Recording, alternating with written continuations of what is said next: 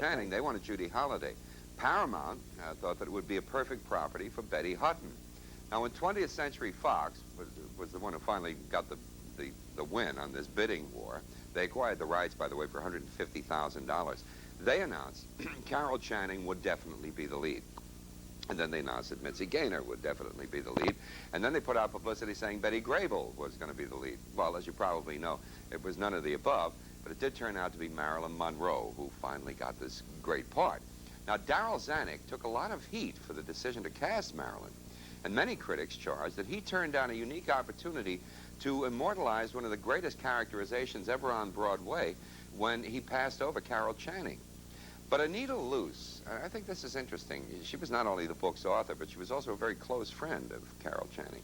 When she was asked how she felt about this casting, despite the fact that Loos liked Carol Channing's interpretation of the character, she said, "Marilyn was Lorelei Lee. I knew she'd be perfect from the beginning."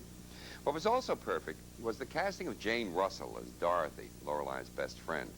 Right now, it is about time to board the Ile-de-France, which is just about to set sail for France with two extraordinary showgirls on board. Here are Marilyn Monroe and Jane Russell in Gentlemen Prefer Blondes.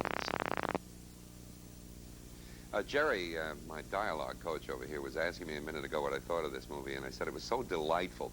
This thing made more than $3 million for 20th Century Fox, and yet Anita Loos had trouble getting the original story published. And it's hard to imagine that when you see this script.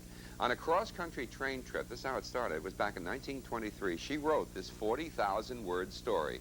At that time, she called Hasty Traveler. She tried to sell it to the legendary editor George G. Nathan, who later explained that the reason that he turned it down was simple. He was an out-and-out fool.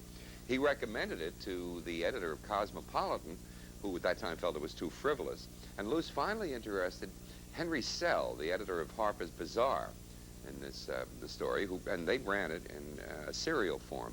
And it was they who changed the title to Gentlemen Prefer Blondes.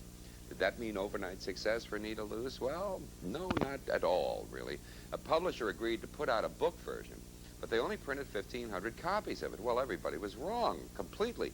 The first printing sold out immediately, as did the next 65,000 copies, so nobody really had this thing pegged. Gentlemen Prefer Blondes eventually was published in 45 different editions in no less than 12 languages. Now let's look at this. Next on American Movie Classics, Anthony Quinn, Preston Foster, and